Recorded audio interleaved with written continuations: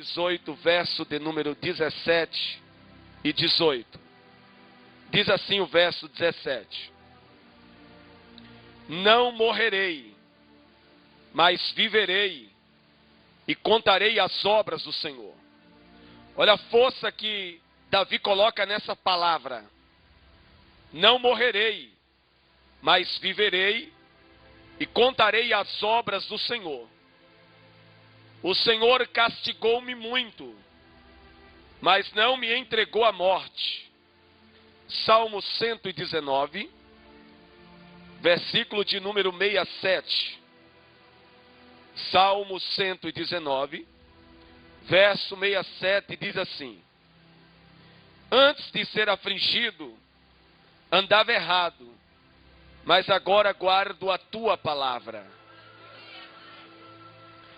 Verso 71, verso de número 71. Foi-me bom ter sido afligido, para que aprendesse os teus estatutos. Vamos encerrar no Salmo 142, verso de número 7, para a glória de Deus. O Salmo 142, verso 7, é uma oração que saiu de dentro da alma de Davi. E ele diz assim: Tira a minha alma da prisão, para que louve o teu nome. Os justos me rodearão, pois me fizeste bem. Retome os vossos assentos, dando glória a Deus e aleluia nessa noite. Eu quero louvar a Deus com toda a singeleza do meu coração, pela vida do pastor Edgar, pela vida da pastora Josefa, pela vida dos obreiros e obreiras que compõem o quadro ministerial dessa casa, que nos tem recebido com tanto carinho. Como eu tenho crescido nesse lugar, meus irmãos. Como esse lugar tem contribuído de forma significativa para o meu crescimento e desenvolvimento espiritual. Eu louvo a Deus pela vida dessa igreja avivada, essa igreja cheia do Espírito Santo de Deus. Eu louvo a Deus porque nessa noite não temos aqui espectadores, temos aqui adoradores para a glória de Deus. Eu quero estar louvando a Deus pela vida do meu amigo, pastor Zequinha. Muito obrigado, tá, amigo? Ele soube que estaríamos aqui trazendo esse relato e prontamente ele se dispôs a estar conosco. Veio lá do Elisa Maria, na Zona Norte, para estar dando glória aqui conosco. Está aqui também o pastor Juninho Lutero, que é um amigo querido, missionário que veio da Bahia. Eu tenho um respeito muito grande pela vida do senhor, porque o senhor deixou sua zona de conforto para estar aqui, só Deus sabe como, dando glória e cumprindo a vontade de Deus, o desígnio e o propósito de Deus. Então eu louvo a Deus pela tua vida, viu, meu amigo? Queridos, quantos estão preparados para receber esse relato nessa noite? Obviamente que eu disponho de muito pouco tempo para trazer um relato na íntegra daquilo que Cristo fizera na minha vida. Porém, eu vou contar 3 grandes experiências que eu vivenciara. Irei preencher as lacunas de uma experiência a outra com algum relato. Eu tive a infelicidade de ter sido rejeitado pela minha mãe. Assim que eu nasci, eu fui abandonado pela minha progenitora dentro do segundo maior complexo de favela do estado de São Paulo. E como disse o pastor e poeta, cresci em meio a homens valentes, cujo veneno é pior do que a serpente. O pastor Abel Porto, ele compôs um hino que traz esse pensamento. Eu vivi em meio a homens valentes, cujo veneno é pior do que a serpente. Fui criado em meio a um ambiente em que as pessoas desprezavam a vida. Fui criado em meio a um ambiente extremamente violento. E a influência do mesmo moldara a minha vida de uma forma muito drástica. E a minha infância, ela fora roubada. A minha adolescência também foi roubado. E a minha juventude também foi saqueada. Mas eu quero louvar a Deus, porque Jesus Cristo veio e restituiu a minha vida para a glória do nome dEle. Crescendo em meio a um ambiente como esse, a psiquiatria e a psicologia dizem que o caráter de uma criança pode ser fortemente influenciado e pode ter uma grande tendência à prática da violência. E fora o que acontecera comigo, presenciando mortes no cotidiano, convivendo em meio a homens violentos, a homens implacáveis, cujo coração era um reduto para o ódio e para a revolta. Com apenas 14 anos de idade, eu já me tornara um criminoso de uma projeção, de uma notoriedade incrível para a minha idade. Com apenas 14 anos, eu já estava entregue ao submundo do crime. Já tinha me rendido à sedução do submundo do crime. Que esse relato possa alcançar o coração dos jovens desta nação, que são facilmente seduzidos pelo falso poder que o submundo do crime projeta na vida dos jovens. Quando eu digo falso poder, porque ele é falso, é mentiroso e é enganoso. O verdadeiro poder é o poder de Jesus Cristo de Nazaré. Quando Jesus estava diante de Pilato, Pilato questionara o silêncio de Jesus dizendo: tu não respondes a mim que tenho o poder de te crucificar e o poder de não te crucificar. Jesus olhou firmemente para Pilatos e disse: Pilatos, poder nenhum terias contra mim, se do alto não lhe fosse dado. Tu está entendendo que o poder não vem do crime, o poder não vem das facções criminosas, o poder não vem do inferno, o poder vem do céu nessa noite. Poder nenhum terias contra mim, se do alto não lhe fosse dado. E se eu quisesse, eu rogaria ao meu Pai, e Ele enviaria 12 legiões de anjos, e me livraria das tuas mãos, me livraria dessa hora. Mas para essa hora, eu vim. Jesus compreendia perfeitamente a vontade de Deus, os desígnios de Deus para a sua vida. Com 14 anos de idade, a vida praticamente destruída, seduzido por esse falso poder proporcionado pelo submundo do crime, envolvido com um nível avançado da magia negra. Eu tinha uma intimidade tão grande com os espíritos caídos, meus irmãos, com os anjos destituídos do seu potentado, que eu falava com eles cara a cara, eu falava com eles assim, face a face. A manifestação não precisava que eles estivessem tomado posse de um cavalo para falar comigo, não. Eu andava naquelas vielas de madrugada e eu via aquela sombra preta do meu lado dizendo: entra à direita, entra à esquerda, vai para lá, vem para cá. Ou seja, uma vida completamente envolvida com a magia negra, uma vida completamente envolvida, entregue ao submundo do crime. E eu não entendia que o que me guardava não era aquela sombra preta, o que me guardava não era as inúmeras guias que eu carregava no pescoço, o que me guardava era o Deus Todo-Poderoso, que desde o ventre da minha mãe me escolhera para um grande propósito na terra. E eu cego, enganado, seduzido pelo príncipe das trevas, achava em minha ignorância que as guias que estavam no meu pescoço, as guias de ouro, as guias de prata, as guias de madeira, as guias sintéticas, que protegiam e guardavam a minha vida de ser alvejado por tiro, de sofrer atentado de arma branca, Mas o que eu não sabia é que a mão do Todo-Poderoso estava sobre a minha cabeça. Porque antes de eu ser formado no ventre da minha mãe, Deus já havia me escolhido para um propósito especial na terra. Eu vim aqui nessa noite para dizer que o teu foi escolhido por Deus. Eu vim aqui nessa noite para dizer que teu filho não vai morrer, tua filha não vai morrer, porque Deus escolheu ela desde o teu ventre.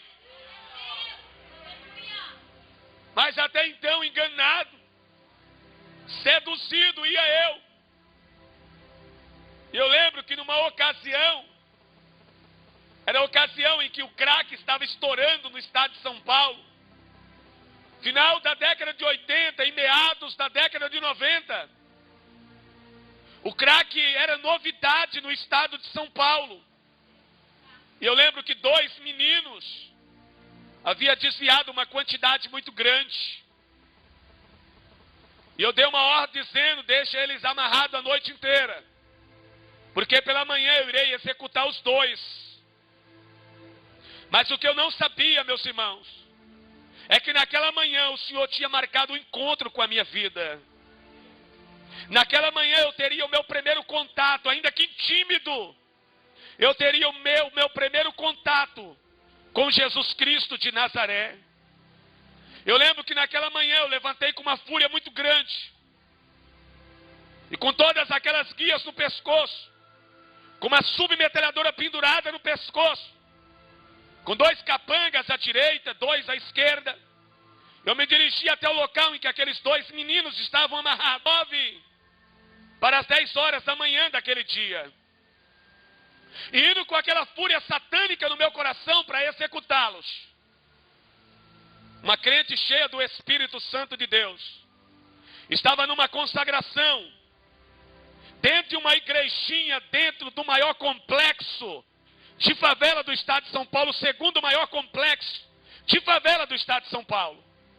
Aquela consagração sem graça, Pedro, Tiago e João, mas aquela crente cheia do Espírito Santo estava com o seu joelho dobrado, clamando ao Deus de Israel. Enquanto ela orava, o Espírito Santo falava com ela assim: filha, levanta, vai para a rua principal da comunidade, porque um dos traficantes desse complexo de favela está indo executar 2 meninos. Tu vai parar diante dele, vai olhar dentro dos olhos dele, e vai dizer assim para ele: filho, posso te dar um abraço? Ele vai te encarar de volta, vai abrir a boca para te xingar de tudo que é nome, mas eu vou travar a boca dele. Quando a articulação dele voltar, ele vai dizer delicadamente: pode. Tu vai dar um abraço bem apertado nele. Não se preocupe, porque a metralhadora está destravada, mas eu já travei ela no mundo espiritual. Tu vai dar 14 rajadas de língua no ouvido dele. E depois tu vai dizer: eu te escolhi para uma grande obra na terra. Os que estão à tua direita vai cair aqui dentro, os que estão à tua esquerda também. Tu não vai cair, porque eu te escolhi para uma grande obra. Não poderia ser, meus irmãos, uma serva qualquer. Tinha que ser uma mulher cheia do Espírito Santo de Deus. Tinha que ser uma crente doida, que entende os mistérios sobrenaturais de Deus. Ela não titubeou, levantou-se, foi para a rua principal daquela comunidade e ficou como uma sentinela de Jeová parada. De repente, lá vem esse que vos fala, de 14 para 15 anos de idade, uma submetralhadora pendurada no pescoço, com pente adaptado para o maior poder de fogo, achando que era dono da situação, endemoniado da cabeça aos pés. Há quem dizia que o capeta não entrava em mim, eu entrava no capeta. Ela me avistou de longe, parou diante de mim. Eu parei e medi ela de cima e embaixo. Ela olhou para mim com firmeza e disse: filho, posso te dar um abraço? Eu abri a boca para xingá-la de tudo que é nome que existia na terra e no inferno. Mas quando eu abri a boca, a minha boca travou. Alá, bremon, derabiastu e derebiacanto. Eu olhava para quem estava à minha direita, olhava para quem estava à minha esquerda, e eu não conseguia articular as palavras. Quando a articulação voltou, eu olhei para ela e disse: pode, minha linda. Ela é aquelas irmãs fofinhas, tá, irmão? Porque é um pecado dizer que a bichinha era gorda. Ela era fofinha. Ela veio e me puxou, eu franzino, me deu um abraço apertado e soltou a primeira rajada. Quando ela deu a primeira rajada, quebrou a primeira guia, estava no meu pescoço. Ela deu a segunda rajada, quebrou a segunda guia. Ela deu a terceira rajada, quebrou a terceira guia. Ela deu a quarta rajada, quebrou a quarta guia. Ela deu a quinta rajada, quebrou a quinta guia. Ela deu a sexta rajada, quebrou a sexta guia. Ela deu a sétima rajada, quebrou a sétima guia. Ela deu a oitava rajada, quebrou a oitava guia. Ela deu a nona rajada, quebrou a nona guia. Ela deu a décima rajada, quebrou a décima guia. Ela deu a 11ª rajada, quebrou a 11ª guia. Ela deu a 12ª, a 13ª. Na 14ª guia, na 14ª rajada, quebrou a 14ª guia. Eu senti as pedras escorrendo pelo meu corpo, enquanto ela dava uma rajada, ela ia assim com o corpo. Quando ela ia assim com o corpo, eu ia junto com ela e a guia se quebrava, meus irmãos. Mas não se quebrava com o movimento, se quebrava com o estalar das línguas do céu. E eu senti as pedras escorrendo pelo meu corpo. Quando ela deu a 14ª rajada, eu já não sentia mais os meus pés no chão. Já não sentia mais o peso da submetralhadora no pescoço. Ela colocou a boca no meu ouvido e disse: meu Deus te escolheu para uma grande obra na terra. Os que estão à tua direita vai cair aqui dentro. Os que estão à tua esquerda vai cair aqui dentro. Tu não cai porque eu te escolhi para uma grande obra.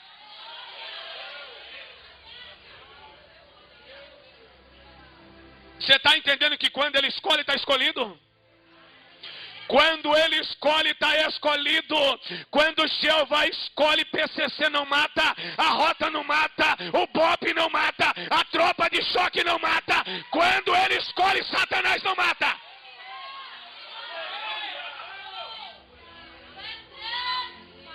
Alai ou derebe amon de canabiastui. Tu entendeu por que eu li Salmo 118, verso de número 17. Davi foi um homem que viveu situações de grande perigo. Homem acostumado com a guerra. E a guerra é um ambiente extremamente hostil.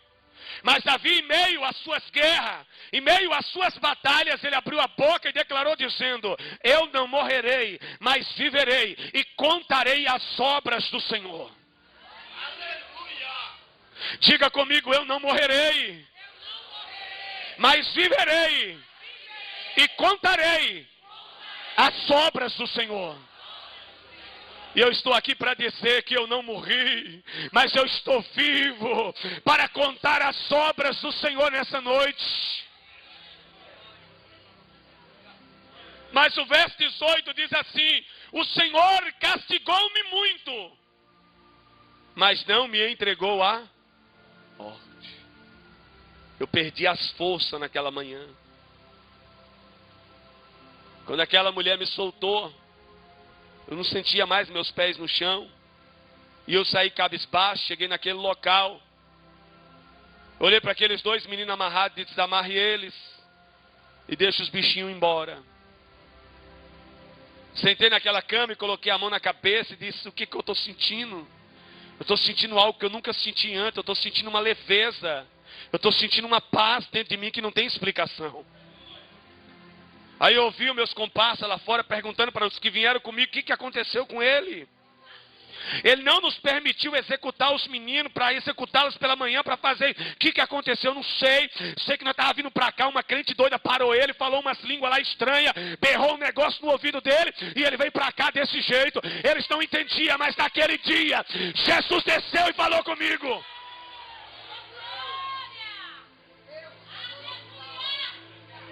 Passei aquele dia abobado.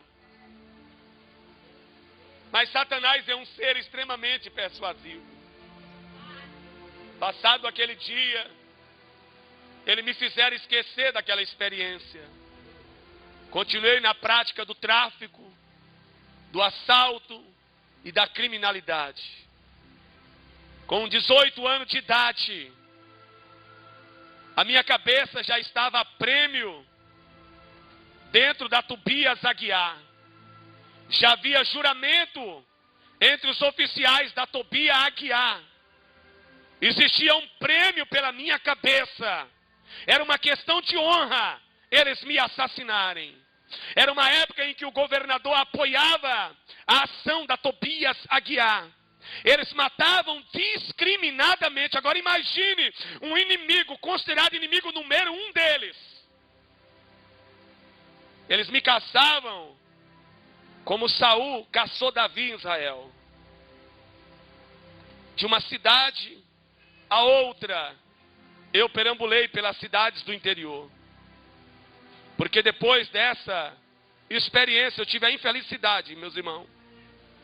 Escute o peso dessa palavra. Eu tive a infelicidade de, numa troca de tiro com a Tobias Aguiar, assassinar um tenente da Tobias Aguiar. O ódio deles por mim já era muito grande depois dessa situação. O mesmo se intensificara mais ainda. E eles me caçavam como se caça uma agulha no palheiro. De cidade em cidade. Eu não sabia mais o que era deitar a cabeça no travesseiro e dormir. Porque a qualquer momento a casa poderia ser cercada. E a minha vida seria tirada. De cidade em cidade. Quantas artimanhas. Durante esse período eu ganhei até na Mega Sena. Eles vieram em casa, me enviaram pessoas em casa dizendo: teu filho ganhou na Mega Sena, ele precisa aparecer para receber o prêmio. Mas tudo armação. Tudo conspiração para me matar. Mas a palavra que estava sobre a minha cabeça era a palavra que eu não iria cair, que eu não iria morrer. Porque ele haveria me escolhido para uma grande obra.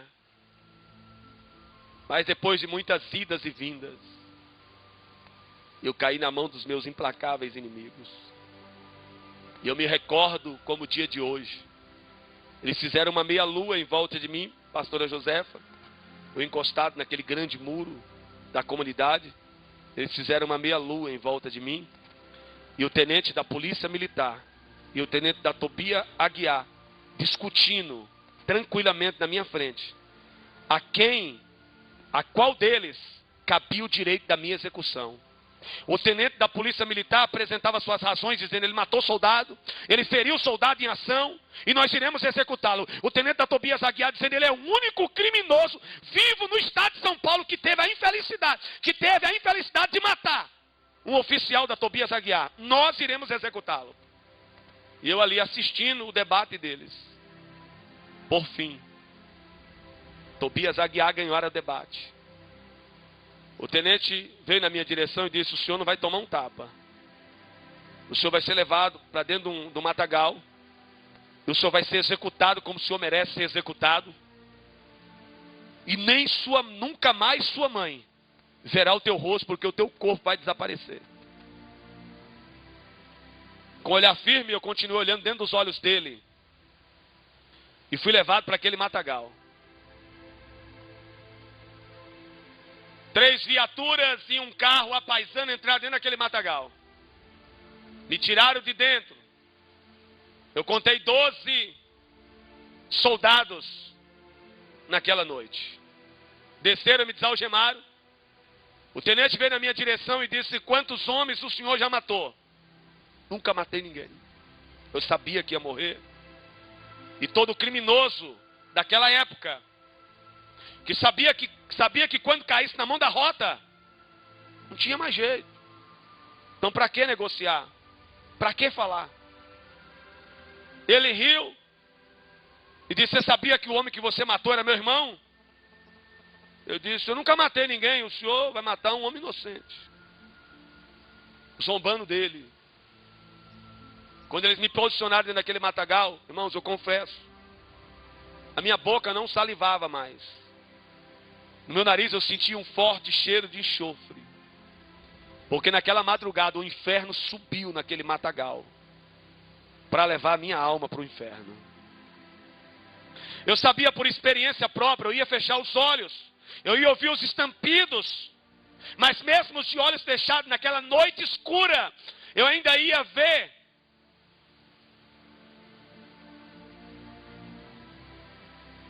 o raiar, ou por que não dizer, as faíscas das armas sendo disparadas na minha direção, a experiência própria. Eu fechei os olhos e veio um soldado até a mim e disse: eu não vou atirar na cabeça, eu não vou atirar na sua cabeça, eu vou atirar nos seus pés. Vou estourar as duas rótulas do seu joelho e vou ir subindo devagar. Quando chegar na sua cara, eu vou dar tanto disparo que, se porventura seu corpo for encontrado, nem sua mãe vai te reconhecer. Eu não respondi nada para ele e fechei os olhos. Caiu um silêncio naquele matagal, que nem grilo. Eu ouvi a canção. Passaram 30 segundos. Quando eu fechei os olhos, eu tive uma das visões mais lindas que um homem que está prestes a morrer pode ter. Eu vi aquela crente doida na minha frente, profetizando e dizendo: os que estão à tua direita vão cair, vão morrer aqui dentro. Os que estão à esquerda também, tu não morre, porque Ele te escolheu para uma grande obra na terra.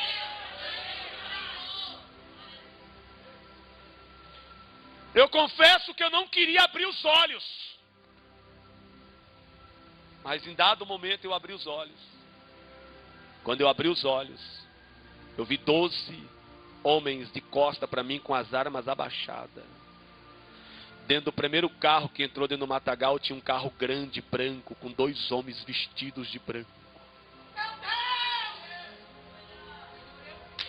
Tem pessoas por aí que vê anjo com muita facilidade. Vê anjo subindo, descendo, entrando, saindo. Foi a primeira vez na minha vida que eu vi 2 anjos. Pastor, eles têm asa? Não, não tem asa. Pastor, eles são bonitos? Não, eles não são bonitos, eles são perfeitos. O tenente olhou para mim e disse: suspende a execução porque temos testemunhas oculares. Me lançaram dentro da primeira viatura que entrou no matagal. Eu lembro que eu levantava a cabeça, um soldado batia com a coronha do revólver. O sangue descia na minha face, mas eu queria continuar olhando. Porque aqueles 2 seres eram muito lindos. E eles fixavam o olhar na minha direção. E não tiravam o olhar da minha direção. Como querendo dizer: o Deus que te ama, que morreu na cruz por você, nos enviar aqui nessa noite para tirar você da mão da rota. Quando todos os carros manobrou, que o carro que entrou primeiro manobrou de ré daquele matagal.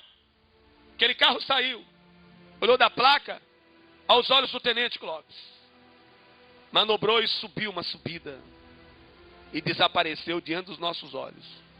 O tenente estremeceu, olhou para mim, me grudou, me puxou e disse: se você nunca falou a verdade na sua vida, fale hoje. Você não vai morrer mais, mas pelo amor de Deus, fale a verdade. Você é filho de crente ou crente desviado? Qual dos dois? Eu disse: eu nem sou filho de crente e nem crente desviado. Mas os Deus dos crentes são uma doida dizendo: tu não vai morrer, porque eu te escolhi para uma grande obra na terra. Quando ele diz que não morre, não morre. Quando ele diz que não morre, nem a rota mata.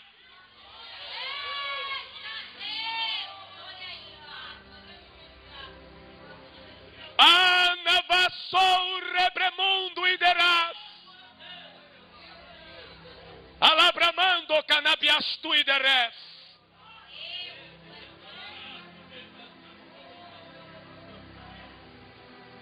Ele deu uma ordem, pastor Juninho Lutero, dizendo: conduza o humilhante até os 56 DP, no bairro de Vila Alpina, de frente ao crematório da Vila Alpina, que eu moro atualmente atrás dos 56 DP, aonde eu estava jurado de morte. Hoje eles me protegem. Deus faz ou não faz?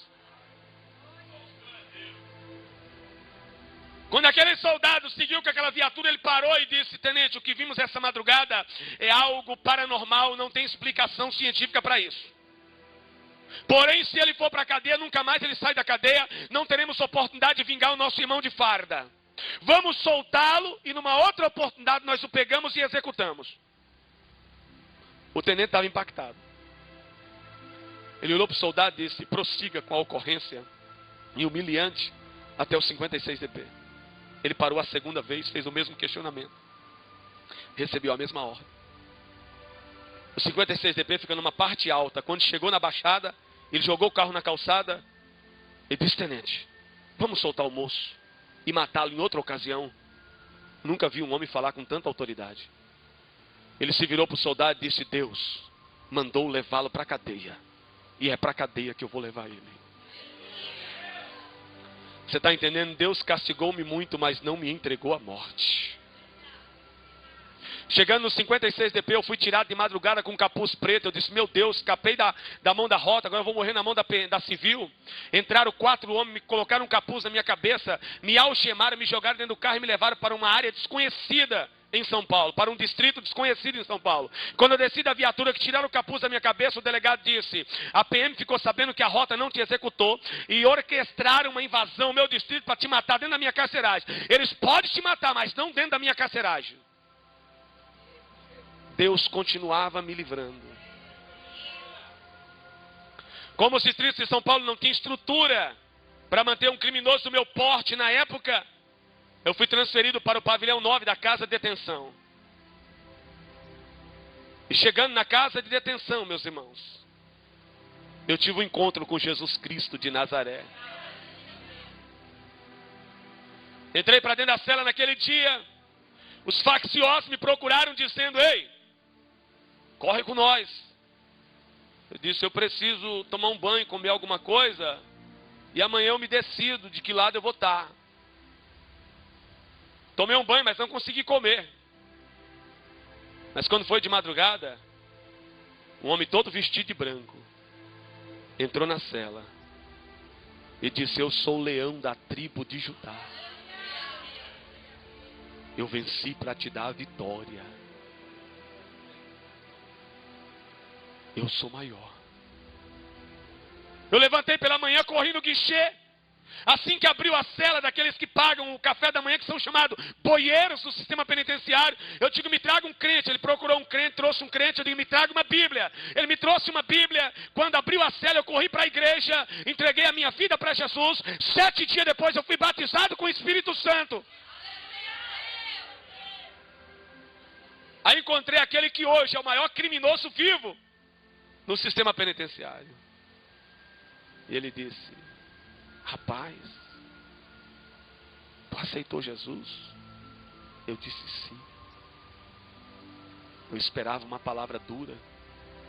Ele bateu no meu ombro e disse: eu queria ter essa mesma coragem de entregar a minha vida para Jesus.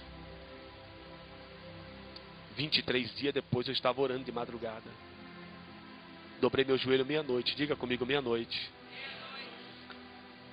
Quando foi 5:30 da manhã, a porta da cela se abriu. Eu disse: ué, por que abriu a porta? O guarda passa, bate a chave e pergunta quantos tem. É 1 ou 2 ou 3, por que ele abriu a porta? Aí eu dei conta que eu estava de olho fechado. A porta se abriu no mundo espiritual. Aí eu vi um varão todo vestido de branco, de vestes talares. Veio na minha direção, pastor Juninho, pastor Zequinha. Colocou as mãos sobre a minha cabeça e disse: eu te escolhi para um grande propósito na terra.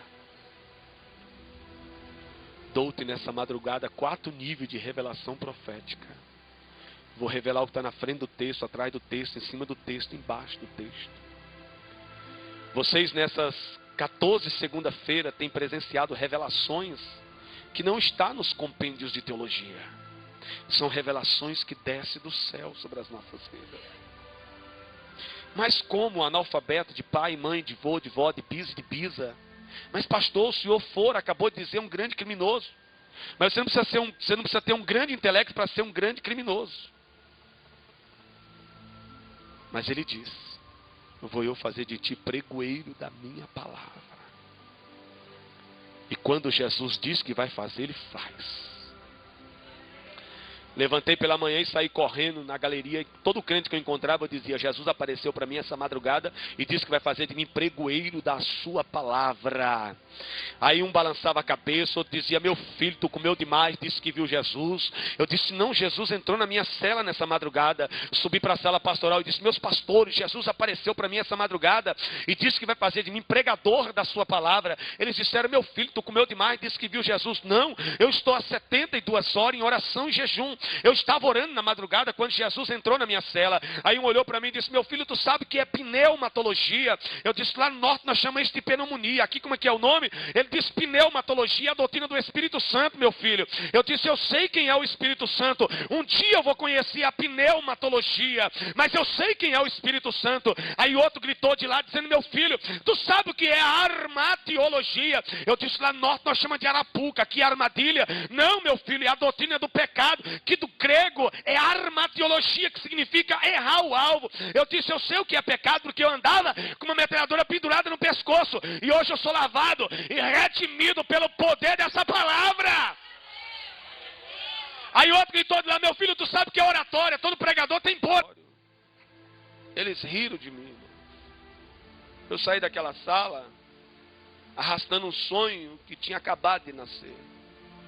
Olha para o teu irmão e diga: tomara que eu não esteja sentado do lado de um serial killer, um matador de sonho em série. Porque o que tem de matador de sonho em série dentro da igreja não é brincadeira. Porque quem mata teu sonho não é quem está da porta para fora da igreja, é quem está da porta para dentro da igreja. Mas nessa noite teu sonho vai sair daqui blindado para a glória de Deus. Crente invejoso, frustrado, decepcionado, não vai matar o que Deus projetou para a tua vida. Mas Deus queria me ensinar uma lição naquele dia. Diga comigo: quem ouvimos, determinamos. Diga: determina quem seremos. Ou seja, eu poderia ouvir eles ou ouvir Jesus. Entrei para a cela arrastando um sonho que tinha acabado de nascer, e os homens mataram. Olhei no espelho, um jovem de apenas 19 anos, condenado a mais de 50 anos de reprimenda penal. Olhei no espelho e disse: Senhor, eu vejo um derrotado. O que o Senhor vê, pelo amor de Cristo? Eu vejo um curva de rio. O que o Senhor vê? Eu escutei uma voz falando nitidamente comigo: eu vejo um dos maiores pregadores dessa nação. Se você não pode dar um glória a Deus, eu já dei muitos glória a Deus por isso. Eu vejo um moço que vai andar nos 27 estados que compõem a Confederação Brasileira. Eu vejo um moço entrando num pássaro de aço, indo para as nações da terra, arrastando multidões através do relato que eu tenho gerado na tua vida. Eu vejo um moço ganhando milhares e milhares de almas da terra. Meu sonho, ele não se lhe colocou de pé. Ele deu um sobressalto e se colocou de pé. E nunca mais mataram o meu sonho. Eu aprendi a ler na Bíblia. Li a Bíblia 56 vezes. Fiz o ensino fundamental e médio. Fiz 2 faculdades de teologia. 17 anos depois, eu passo pelos portões de cabeça erguida, dando glória a Deus e aleluia. 3 megas rebeliões eu vivenciei.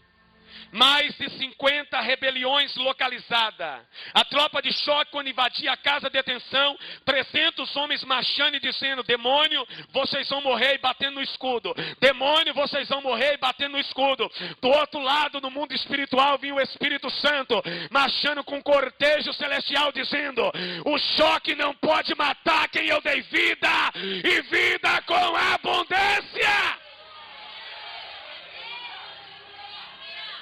17 anos depois eu saí. Fui morar com Maninha. Estou encerrando.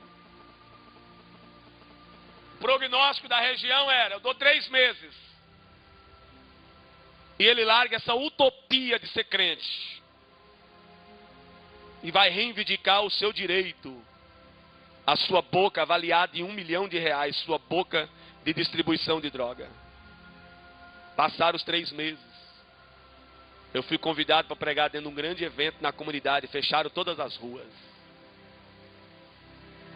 O tráfico em peso estava presente nessa cruzada evangelística.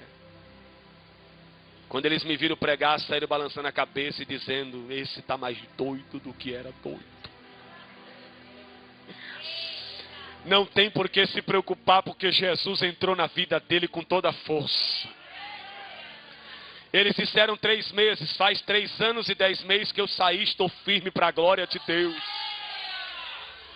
Pregando o evangelho de manhã, de tarde, de noite, não colocando preço no que não tem preço. Porque ele disse: sai, pregue meu evangelho, porque eu vou cuidar de você na terra. E ele tem cuidado da minha vida na terra, meus irmãos. Ontem eu estava pregando numa igreja e os pastores, quando eu terminei de pregar, eu estava pregando Apocalipse capítulo de número 11, falando sobre as duas grandes testemunhas do Apocalipse, pregando sobre o testemunho que as mesmas darão no período mais difícil que a humanidade passará, a humanidade, não a igreja, porque a igreja já estará na glória, sentado na mesa, comendo tutano, bebendo vinho puro e dando glória a Deus e aleluia. Enquanto eu pregava, uma unção, uma graça, uma sabedoria tão grande invadiu a casa que os pastores, quando terminou aquela ministração, perguntavam: meu filho, de onde lhe adveio tanta sabedoria para ministrar em textos de caráter futurístico? Eu disse: eu consultei os livros, eu fiz a lição de casa nos bancos acadêmicos, mas não sei o que acontece. Quando eu abro a Bíblia, abre um rolo na minha mente e a revelação desce. Sabe por quê? Porque um dia Jesus entrou na minha cela, colocou as mãos sobre a minha cabeça e nunca mais a minha cabeça foi a mesma. Porque quando ele colocou as mãos, a sabedoria desceu sobre a minha vida.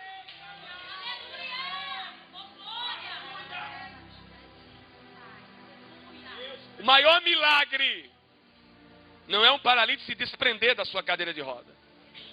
O maior milagre não é o canceroso expelir o seu sangue. Maior milagre está aí do seu lado. Pastor, faz tanto tempo que eu não vejo milagre. Olha o teu lado aí, ó. Olha aí, ó. Vidas transformadas, olha aí, ó. Vidas transformadas, olha. O Brasil jogou hoje, mas o time de adoradores ainda está em campo. Alá, Bremon, Derabiastu e Derebiamon de Canabias Terra. Está em campo adorando, está em campo glorificando. Está dizendo: o Brasil não é de Aparecida, o Brasil é de Jesus Cristo de Nazaré. Porque a Copa é do mundo, mas a igreja é do Cordeiro de Deus.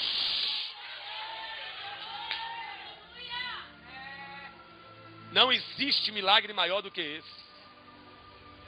E quando ele transforma de verdade. Pastor, mas eu conheço pessoas que recaíram. É porque se recuperaram apenas. Porque quem é transformado não tem recaída. Porque foi transformado para a glória de Deus. Quando a água é transformada em vinho, nunca mais o vinho volta a ser água.